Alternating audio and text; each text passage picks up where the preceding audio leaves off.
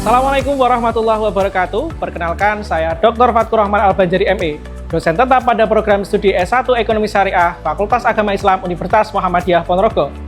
Video ini merupakan bagian dari pernyataan diri dosen dalam unjuk kerja Tridharma Perguruan Tinggi atau PDD UKT-PT untuk sertifikasi dosen tahun 2026, khususnya dalam aspek pengajaran. Pada kesempatan kali ini, saya akan menjelaskan bidang pendidikan dan pengajaran dengan salah satu mata kuliah yang saya ampu, yakni Pengantar Ilmu Ekonomi Islam. Mata kuliah ini merupakan mata kuliah wajib bagi mahasiswa ekonomi syariah semester 2 dengan bobot 3 SKS dengan pengetahuan teori dan proyek sebagai asesmen akhir. Mata kuliah ini diselenggarakan dengan 16 kali pertemuan, dengan 14 kali pertemuan materi, dan 2 kali dengan ujian tengah semester dan ujian akhir semester.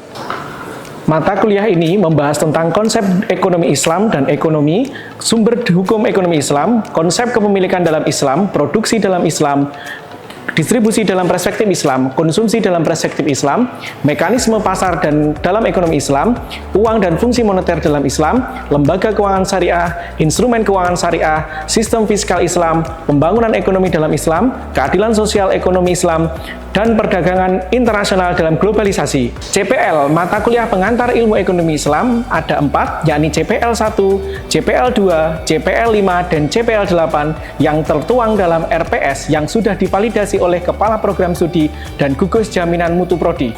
Capaian pembelajaran mata kuliah yang diharapkan dalam pengantar ilmu ekonomi Islam adalah CPMK 1. Mahasiswa mampu menjelaskan dan mendiferensiasikan konsep dasar ekonomi Islam serta sumber-sumber hukum Islam. CPMK 2. Mahasiswa mampu mengimplementasikan aktivitas ekonomi Islam dalam praktik ekonomi kontemporer. CPMK 3. Mahasiswa mampu menganalisis dan memecahkan isu-isu kontemporer dalam ekonomi Islam dengan pendekatan kritis dan analitis. CPMK 4. Mahasiswa mampu merancang dan mengembangkan praktik ekonomi sesuai dengan syariat Islam yang relevan dengan kehidupan modern saat ini. Saya menerapkan pembelajaran berbasis DIA, Delivery, Interaction, dan Assessment. Delivery yang saya lakukan yakni dengan memberikan RPS dan materi yang dapat diunduh secara langsung melalui platform e-learning Universitas Muhammadiyah Ponorogo, yakni bebasumpo.ac.id. Saya juga menyampaikan materi dalam berbasis video, kuis, dan studi kasus. Interaksi yang saya lakukan yakni dengan komunikasi dua arah antara mahasiswa dan dosen berupa diskusi dan brainstorming dan kolaborasi dalam pencapaian pembelajaran serta masalah. Asesmen yang saya lakukan yakni dengan 2 cara, yakni asesmen formatif dan asesmen sumatif. Adapun asesmen formatif diambil melalui tugas seperti makalah, kuis, dan studi kasus dengan bobot 20% dan keaktifan kelas dengan bobot 20%. Selanjutnya, asesmen sumatif diambil melalui penilaian seperti UAS dengan bobot 30% dan UTS dengan bobot 30%. Kegiatan asesmen dan kehadiran mahasiswa bisa dilakukan melalui akun Sistem Informasi Akademik UMPO atau simtik umpo.ac.id. Referensi utama pada mata kuliah ini mengacu pada buku ajar, yakni Pengantar Ilmu Ekonomi Islam yang telah dirancang dan disusun sesuai dengan RPS selama 1 semester. Selain itu, masih banyak sumber pustaka yang bisa digunakan sebagai pendukung pembelajaran seperti buku ekonomi syariah, manajemen bisnis syariah, lembaga keuangan syariah, serta jurnal-jurnal terkait dengan mata kuliah ini. Selanjutnya, Anda akan menyaksikan cuplikan proses pembelajaran bersama mahasiswa di kelas pada sesi ke-6 dengan membahas topik tentang konsumsi dalam Islam. Selamat menyaksikan.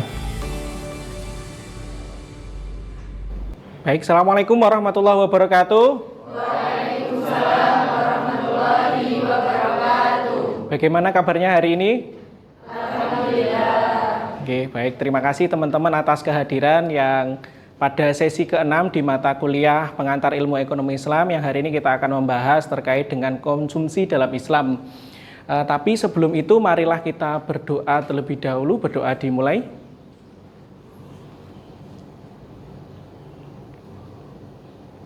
Doa selesai. Sebelum kita masuk di dalam konsumsi dalam Islam ini, saya akan mereview materi sebelumnya. Masih ingatkah materi sebelumnya? Masih. Tentang apa? Distribusi perspektif Islam. Oke, distribusi perspektif Islam. Ada yang masih ingat apa itu distribusi perspektif Islam? Silakan angkat tangan. Oke, Mbak Gilsa, silakan. Jadi distribusi dalam perspektif Islam itu merupakan proses penyaluran harta, pendapatan, dan juga sumber daya ekonomi dengan menggunakan prinsip keadilan, pemerataan, dan juga kesejahteraan sosial.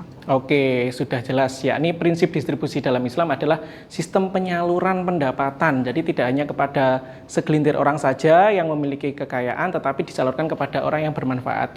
Terus untuk terkait dengan konsumsi distribusi dalam Islam, ada berapa jenis distribusi dalam Islam? Ada yang tahu? Oke, Fauzan, silakan.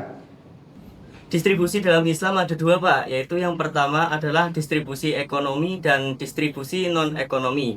Distribusi ekonomi seperti jual beli, sewa menyewa, keuntungan usaha, keuntungan bagi hasil seperti murabahah dan musyarakah. Kemudian yang non-ekonomi seperti halnya zakat, infak, wakaf, sedekah, dan hibah atau hadiah. Oke, baik. Jadi ada dua ya teman-teman terkait dengan prinsip distribusi atau jenis distribusi dalam perspektif Islam, yakni distribusi secara ekonomi dan distribusi secara non-ekonomi. Kalau tadi yang ekonomi ada jual beli, terus ada bagi hasil, kerjasama, dan ada terkait dengan non-ekonomi juga ada zakat, infak, sedekah, atau hibah, ataupun wakaf. Sudah jelas ya? Masih diingatkan ya? Oke, kita lanjut terkait dengan materi konsumsi dalam perspektif Islam. Nah, sekarang kita masuk di materi yang ini, materi yang keenam di mata kuliah kita, di mana konsumsi dalam Islam. Nah, yang pertama kita masuk menjelaskan tentang apa sih konsumsi itu ya. Nah, ini konsumsi adalah kegiatan menggunakan atau mengurangi atau menghabiskan nilai suatu barang ataupun jasa. Jadi konsumsi secara umum itu adalah menghabiskan atau mengurangi nilai guna barang ataupun jasa. Sedangkan dalam ilmu ekonomi, konsumsi adalah proses penggunaan barang dan jasa yang telah diproduksi untuk memperoleh manfaat ataupun kepuasan. Jadi perlu diingat bahwa konsumsi dalam ekonomi itu adalah bagaimana kita memanfaatkan barang dan jasa agar supaya memperoleh manfaat atau keuntungan atau kepuasan seperti itu ya. Terus dalam Islam tentunya memiliki pandangan yang berbeda atau pandangan tersendiri terkait dengan konsumsi ya. Konsumsi adalah kegiatan menggunakan atau memanfaatkan barang dan jasa untuk memenuhi kehidupan dengan cara yang halal dan baik sesuai dengan tujuan syariat Islam. Jadi konsumsi dalam Islam ini adalah bagaimana kita memenuhi kebutuhan hidup ya secara halal, secara baik. Nah, ini harus sesuai dengan tujuan maqasid syariah. Nah, dengan ekonomi konvensional yang tadi hanya kepuasan, tetapi ekonomi syariah harus halal dan thayyib, yang dimana itu juga harus bisa menjaga lingkungan. Jadi konsumsi itu tidak hanya kemaslahatan saja, tidak hanya halal dan baik, tapi juga lingkungan. Kenapa harus seperti itu? Karena untuk anak cucu kita ke depannya. Jadi harus sesuai dengan konsumsi dalam Islam yang baik dan benar. Nah, selanjutnya kita akan masuk di materi terkait dengan dasar hukum konsumsi dalam Islam, di mana dasar hukumnya ada apa saja. Ya, jadi ada sebentar. Nah, ini dasar hukumnya. Jadi ada di dalam Al-Quran surat Al-Baqarah ayat 168, di mana kita harus memakan dari yang halal dan baik yang terdapat di bumi, dan kita tidak boleh mengikuti langkah-langkah dari setan. Maksudnya adalah seperti sifat boros, sifat kikir, dan lain sebagainya itu harus dihindari, dan kita harus memakan makanan yang baik dari diri kita, baik bagi keluarga kita, baik bagi lingkungan kita, ataupun baik bagi semuanya. Jadi seperti itu. Terus kita juga harus mengikuti, tidak boleh mengikuti langkah-langkah yang dari setan. Juga kita tidak boleh meminum secara berlebihan atau makan secara berlebihan, karena di dalam surat Al-A'raf ayat 31 dijelaskan bahwa kita tidak boleh memakan makanan secara berlebihan. Dan di dalam hadis itu juga dijelaskan bahwa anak Adam itu yang sepertiga itu makanan, yang sepertiga minuman, dan yang sepertiga lagi adalah udara. Nah, ini bagaimana konsep konsumsi dalam Islam itu bisa dijelaskan dengan baik dan dengan rinci dan diatur secara demikian rupa oleh Al-Quran maupun Al-Hadis. Jadi seperti itu. Nah, ini kita menjelaskan konsumsi dalam Islam seperti itu. Nah, sebelum saya lanjutkan ke tingkatan konsumsi dalam Islam, adakah yang ditanyakan teman-teman? Silahkan. Izin bertanya. Ya, silakan Mbak Zaskia. Ya, izin bertanya. Bapak tadi menjelaskan bahwa konsumsi Islam itu harus memperhatikan lingkungan. Nah, apa ya Pak itu katanya? Bukankah konsumsi itu hanya menghabiskan barang dan jasa saja? Oke, baik. Terima kasih Mbak Saskia atas pertanyaannya. Jadi, tingkatan konsumsi dalam Islam itu berbeda dengan konsumsi yang ada di dalam konvensional. Kalau dalam konvensional tadi hanya menghabiskan utilitas atau untuk mencari kepuasan saja. Tetapi kalau dalam Islam, itu kita juga harus menjaga lingkungan. Karena apa? Kalau kita mengkonsumsi secara terus-menerus, terus tidak memikirkan lingkungan atau tidak memikirkan sekitar, itu dampaknya kepada generasi selanjutnya. Nah, generasi selanjutnya seperti apa? Anak cucu kita itu tidak akan bisa menikmati sesuai dengan apa yang kita punya saat ini. Nah, setelah dalil itu juga terkait dengan kemaslahatan. Jadi, konsumsi itu tidak hanya untuk perut kita, tetapi untuk orang-orang yang di sekitar kita. Jadi, kalau misalkan kita menjaga lingkungan dengan baik, terus konsumsinya juga diatur, pola makannya juga diatur, tidak rakus dan lain sebagainya, maka itu juga akan bisa menjadi terkait dengan lingkungan juga bisa membantu. Jadi seperti itu ya Mbak Saskia ya. Mungkin sudah jelas Mbak Saskia, ada yang perlu ditanyakan lagi? Tetapi Pak, jikalau konsumsi itu tidak merusak, namun hanya membuka lahan untuk kepentingan keluarga, nah di daerah-daerah terpencil itu mereka itu membuka kawasan untuk dijadikan lahan tersebut, itu begitu? Dijadikan lahan tersebut, maksudnya dibuka terkait dengan lahan pertanian atau apa begitu ya?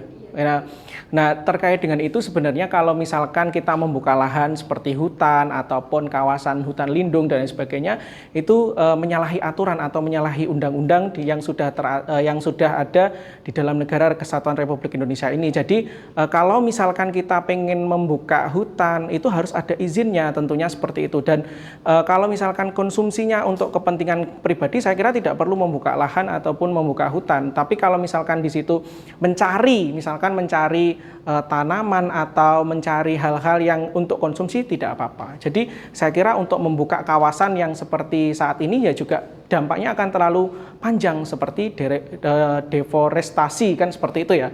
Nah, itu akan menyebabkan longsor dan sebagainya, itu akan mengkhawatirkan ke depannya atau jangka panjang. Jadi lebih baik itu dihindari untuk saat ini. Jadi seperti itu ya Mbak Nila ya, terkait dengan konsumsi dalam Islam. Baik, kita lanjutkan tingkatan konsumsi dalam Islam. Nah, di sini ada 3 tingkatan ya teman-teman ya. Yang pertama adalah doruriyah. Apa sih doruriyah itu? Doruriyat atau doruriyah itu adalah kebutuhan pokok yang dimana konsumsi ini adalah sebagai kelangsungan hidup manusia. Jadi kita itu juga harus konsumsi secara doruriyat atau secara pokok. Apa saja? Yakni meliputi makanan, pakaian, tempat tinggal, kesehatan, dan pendidikan dasar. Nah, ini adalah semua orang itu harus memiliki terkait dengan kebutuhan secara pokok atau kita sebut dengan doruriyah. Nah, ini dalam Islam harus seperti itu juga. Terus yang kedua adalah hajiyat, di mana kebutuhan yang berfungsi untuk memberikan keamanan dan kenyamanan serta kemudahan untuk hidup setelah doruriyat terpenuhi. Jadi ini adalah yang kedua. Yakni apa contohnya? Seperti kendaraan, terus perabotan, alat komunikasi, ini adalah kebutuhan hajiyat yang dimana itu sebagai pelengkap. Kan tadi kalau misalkan kita doruriyah itu kan terkait dengan makanan, pokok, tempat tinggal dan lain sebagainya. Tapi kalau misalkan hajiyat ini adalah kebutuhan pelengkap atau tambahan. Yang selanjutnya adalah tahsiniyat. Apa itu tahsiniyat? Tahsiniyat adalah menyempurnakan kehidupan atau memperindah kehidupan. Itu biasanya bernilai estetika, misalkan seperti perhiasan, seperti baju mewah, itu kan hanya estetika saja. Jadi untuk melengkapi terkait dengan kehidupan kita. Jadi itu juga di dalam Islamnya. Yang penting di sini tidak adanya pemborosan. Ya, jadi dalam hajiyat, dalam tahsiniyat ini tidak perlu adanya pemborosan. Jadi seperti itu. Nah, itu adalah 3 tingkatan di dalam konsumsi dalam Islam, dan teman-teman harus tahu dan harus mengerti 3 tingkatannya tersebut. Nah, terus yang selanjutnya adalah prinsip konsumsi dalam Islam. Yang pertama ada tauhid, keadilan yang dimana keadilan ini adalah adil ya. Tadi seperti lingkungan, ya, kita harus adil. Jadi jangan sampai kita serakah atau rakus membuka lahan sendiri, terus seperti berbuat kecurangan dan lain sebagainya. Ini adalah prinsip konsumsi dalam Islam. Jadi kalau mendapatkan harta itu harus bersifat yang adil. Yang kedua adalah kebersihan. Jadi kita sebagai umat muslim, konsumsi itu harus bersih. Jadi jangan sampai konsumsi barang-barang yang kotor seperti daging babi, nanah, darah dan lain sebagainya. Itu adalah prinsip-prinsip yang kotor yang tidak diperkenankan di dalam Islam. Yang selanjutnya ada yang ketiga, kesederhanaan. Jadi kita itu harus sederhana di dalam mengkonsumsi suatu barang dan tidak boleh bermegah-megahan atau berboros-borosan. Nah, ini dalam Islam harus seperti itu. Terus kemurahan hati. Jadi dalam Islam tidak hanya konsumsi untuk diri kita sendiri, tapi kalau misalkan kita punya berlebih atau mendapatkan rezeki yang berlebih, mendapatkan makanan yang berlebih, hendaknya kita berbagi kepada sesama ataupun tetangga kita. Terus yang selanjutnya adalah moralitas. Jadi konsumsi ini adalah perlu adanya moral. Moral itu apa? Etika. Pada saat makan bagaimana etikanya, pada saat setelah makan bagaimana etikanya. Nah, itu adalah etika. Bagaimana kita mengkonsumsi ataupun menghabiskan suatu barang di dalam Islam. Jadi ada etikanya atau ada prinsip-prinsipnya. Nah, terus yang selanjutnya, etika konsumsi dalam Islam di sini harus halal, di mana halal ini zatnya itu harus baik. Terus ada toyib juga, jadi sehat, tidak hanya halal tetapi sehat bagi diri kita atau bagi tubuh kita, seperti itu. Terus harus manfaat bagi siapa? Manfaat bagi diri sendiri, bagi orang lain, juga bagi lingkungan. Nah, ini tadi yang ditanyakan oleh Saskia, bahwa kalau misalkan konsumsi itu tidak hanya untuk diri kita sendiri, tapi di orang lain dan juga lingkungan sekitar kita. Jadi jangan sampai membuang sampah sembarangan, terus pengen menanam suatu hal yang dimana itu membuka lahan dan lain sebagainya, itu termasuk pelanggaran di dalam Islam. Terus yang selanjutnya tidak merugikan, ya tidak boleh merugikan orang lain atau lingkungan. Jadi jangan membuang sampah sembarangan setelah konsumsi. Nah, ini dalam Islam etikanya jelas, harus ada. Tadi ada prinsip-prinsipnya, etikanya juga harus jelas. Nah, setelah itu juga kritik ekonomi Islam. Nah, terhadap sifat konsumerisme. Jadi kalau misalkan kita dalam Islam itu tidak boleh israf atau tidak boleh tabzir, berlebih-lebihan. Nah, ini dalam Islam biasanya mahasiswa ini banyak yang diskon 11, 12, diskon Shopee. Nah, ini harus dikurangi ya, karena ini bertentangan dengan syariat Islam. Ya, seperti israf, seperti tabzir. Terus mendorong materialisme, di mana konsumsi dalam Islam ini mendorong terkait dengan sifat-sifat materialistis. Ya, jadi jangan sampai kalian mengejar Shopee, ternyata barangnya di situ kita sudah punya, terus kita ya biar dapat diskon aja, kan seperti itu. Nah, ini adalah sifat materialisme. Nah, dan terus yang ketiga, menciptakan kesenjangan sosial. Nah, jadi kalau misalkan teman-teman sekarang ya harus diperhatikan lagi untuk mengkonsumsi. Jadi jangan sampai teman-teman merasa bahwa saya harus bisa setara dengan si A, terus tiba-tiba pengen barang itu dan harus Shopee Pay Later dan kredit dan lain sebagainya. Nah, ini adalah sifat-sifat yang menciptakan kesenjangan sosial di dalam diri kalian. Jadi harus seperti itu. Terus dampak negatifnya terhadap lingkungan seperti yang ditanyakan oleh Saskia dan Nila tadi, bahwa kalau misalkan kita konsumsi, kita harus bisa menjaga lingkungan kita, menjaga sekitar kita agar supaya tidak berlebihan, tidak menimbulkan polusi dan kerusakan terhadap lingkungan. Jadi itu adalah konsumsi dalam Islam.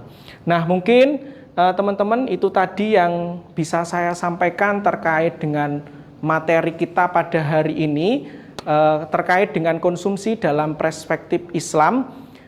Sudah jelas ya untuk konsumsi dalam perspektif Islam? Sudah. Oke, sekarang kalau jelas saya izin tanya nih, apa sih 3 tingkatan dalam konsumsi Islam? Ada yang bisa? Silahkan angkat tangan. Ya, Mbak Nabila ya. Oke, silahkan Nabila. Apa 3 tingkatan konsumsi dalam Islam? Untuk yang pertama yaitu daruriyah, biasanya disebut sebagai kebutuhan primer atau pokok, yaitu kebutuhan yang paling dasar, yang paling wajib untuk dipenuhi untuk menjaga kelangsungan hidup manusia, baik itu secara fisik maupun spiritual. Untuk yang kedua yaitu ada hajiyat, biasanya disebut sebagai kebutuhan sekunder, adalah kebutuhan yang berfungsi untuk memberikan kenyamanan dan kemudahan hidup setelah daruriyat terpenuhi. Itu yang ketiga yaitu ada tansinia.